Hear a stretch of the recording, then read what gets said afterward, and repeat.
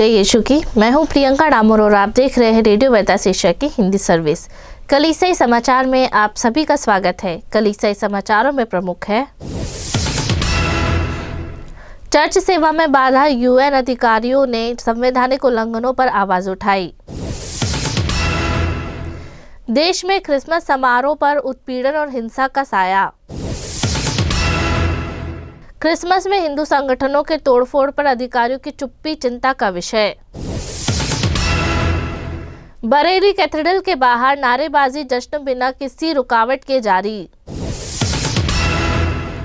Missionary उपदेशक जिन्होंने प्रचार को मानवीय सेवा के साथ मिलाया, उनका निधन हो गया। सिक्किम में कैथोलिक चर्च ने ईश्वर की कृपा की यात्रा के रूप में ट्रिपल जुबली मनाई। गोवा और दमन के आर्चडायसिस ने आशा के तीर्थयात्री बनने के आह्वान के साथ जुबली वर्ष का समापन किया। सीबीसीआई ने नफरत की निंदा की, ख्रिस्तियों के लिए सुरक्षा मांगी।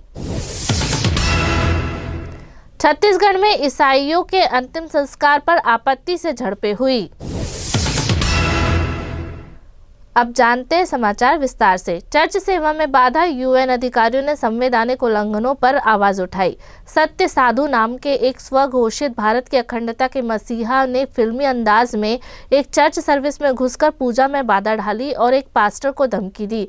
उसने कुंवारी जन्म पर हमला करके ईसाई धर्म की मूल मान्यताओं पर भी सवाल उठाया, यह कहते हुए कि बायोलॉजिकल इसे साबित नहीं कर सकती और कोई भी स्त्री रोग विशेषज्ञ को इस बात पर यकीन नहीं दिला सकता। और उसने एक महिला श्रद्धालुओं को बेबी कहकर अनुचित और अपमानजनक तरीके से संबोधित किया।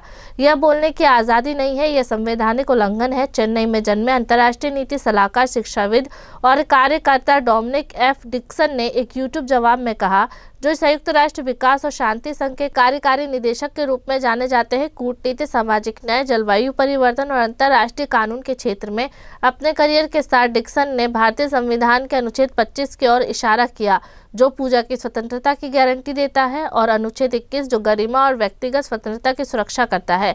उन्होंने जोर देकर कहा, पूजा स्थल बहस का मैदान नहीं है। प्रार्थना में बाधा डालना संवैधानिक अधिकारों में हस्तक्षेप है।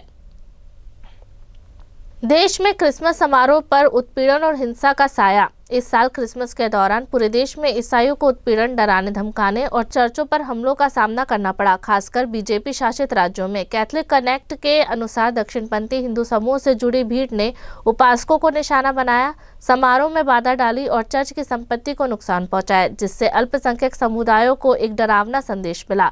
राजस्थान के डूंगरपुर में राष्ट्रीय स्वयंसेवक संघ और बजरंग दल के सदस्यों ने 14 दिसंबर को बिछीवाड़ा गांव में सेंट जोसेफ कैथलिक चर्च में रविवार की प्रार्थना में बाधा डाली। प्रार्थना के दौरान उपासकों और पास्टरों का सामना किया गया और उन पर जबरन धर्मांतरण का आरोप लगाया गया। केरल के पलक्कड़ में क्रिसमस कैरोल टीम को कार्यकर्ताओं द्वारा मौखिक रूप से गाली दी गई और उन पर हमला किया गया, जिसके बाद पुलिस में शिकायत दर्ज की गई। आरएसएस से जुड़े कार्यकर्ताओं को भी गिरफ्तार किया गया। क्रिसमस में हिंदू संगठनों के तोड़फोड़ पर अधिकारियों की चुप्पी चिंता का विषय। 25 दिसंबर को पूरी दुनिया ने क्रिसमस मनाया और भारत में भी इसे धूमधाम से मनाने की कोशिश हुई, लेकिन बजरंग दल के कार्यकर्ताओं ने देश के विभिन्न हिस्सों में विरोध प्रदर्शन, तोड़फोड़ और क्रिसमस के सामान बेचने वालों को रोककर लोगों में डर फैलाने और त्योहार की खुशी फीकी करने की कोशिश की। ख्रिस्तियों ने राजनीतिक अधिकारियों की चुप्पी पर चिंता जताई। इन दिनों नलबाड़ी, बरेली, रायपुर और पुरी की घटनाओं की चर्चा हर जगह हो रही है। असम के नलबाड़ी में क्रिसमस के खिलाफ हिंदू संगठनों ने तोड़फोड़ और आगजनी की। यूपी के बरेली में क्रिसमस की पूर्व संध्या पर चर्च के सामने नारेबाजी की गई, हनुमान चालीसे का पाठ किया गया। छत्तीसगढ़ के रायपुर में भी धर्मांतरण के विरोध के नाम पर क्रिसमस के खिलाफ नारेबाजी और तोड़फोड़ की गई। उड़ीसा के पुरी में क्रिसमस के सामान बेचने का विरोध हुआ। ये समाचार लगभग देश भर में छाए हुए हैं और कई विदेशी समाचारों ने भी इन्हें जगह दी है। देश में विभिन्न जगहों पर हो रहे इन अप्रिय घटनाओं को देखते हुए भारतीय कैथलिक धर्माध्यक्ष सम्मेलन ने क्रिसमस के समय में हमारे देश में अलग अलग राज्यों में ख्रिस्तियों पर हमलों में खतरनाक बढ़ोतरी पर गहरा दुख व्यक्त किया था और इसकी निंदा की तथा सरकार से लोगों की सुरक्षा की भी अपील की है।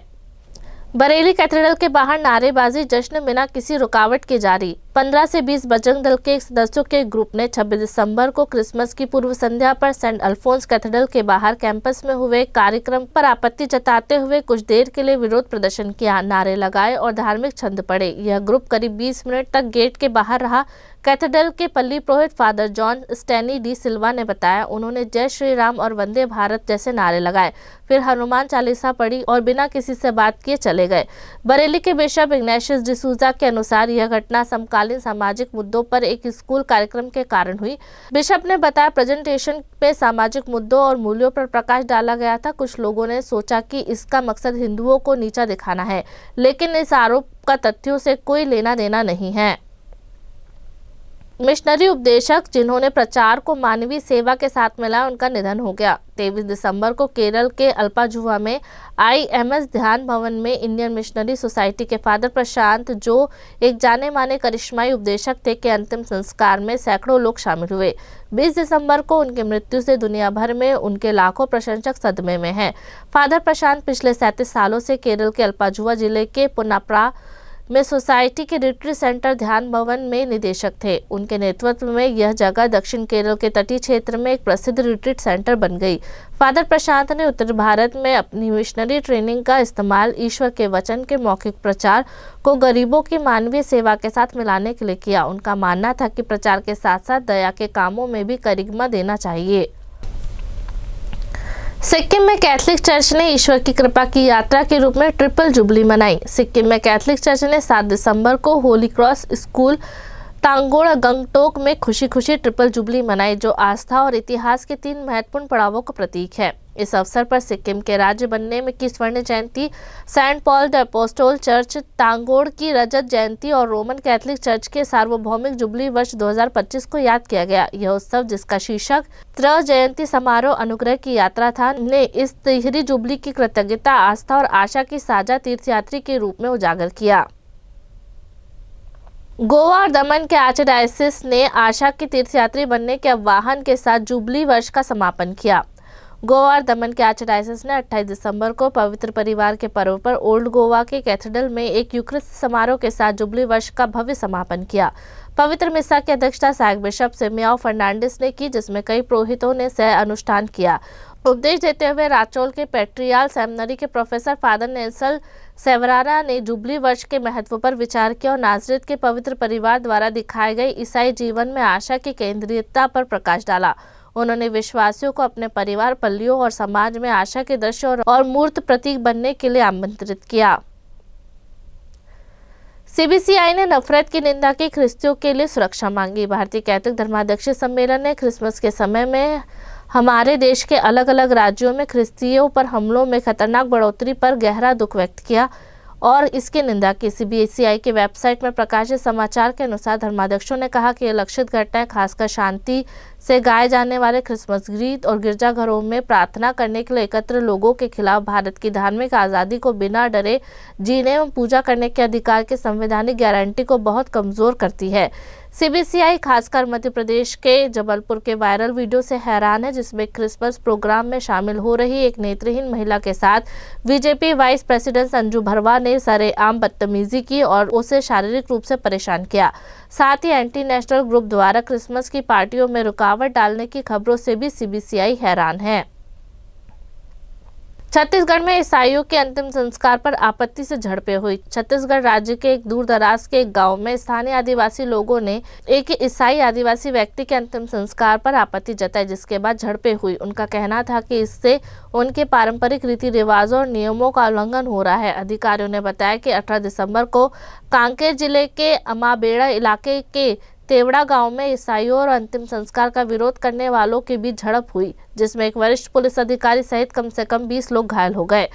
16 दिसंबर को मरने वाले चरण राम सलाम के अंतिम संस्कार की खबर गांव में फैलने के बाद तनाव बढ़ गया। आदिवासी समुदाय के सदस्यों ने सलाम के परिवार द्वारा किए गए ईसाई अंतिम संस्कार और उसके बाद अपनी निजी जमीन पर दफनाने का विरोध किया।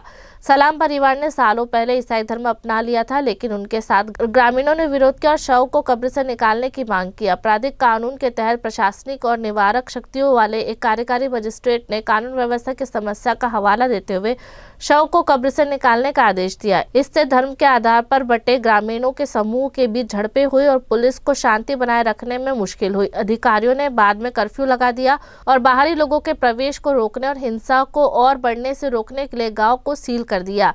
इसी के साथ कलीसियाई समाचार समाप्त हुए। अगली बार फिर मुलाकात होगी नई खबरों के साथ। नमस्कार। रेडियो वेरितास एशिया आपके लिए लेकर आए हैं RVA mobile app. RVA mobile app पर हमारे विभिन्न प्रकार के कार्यक्रमों का लाभ लें,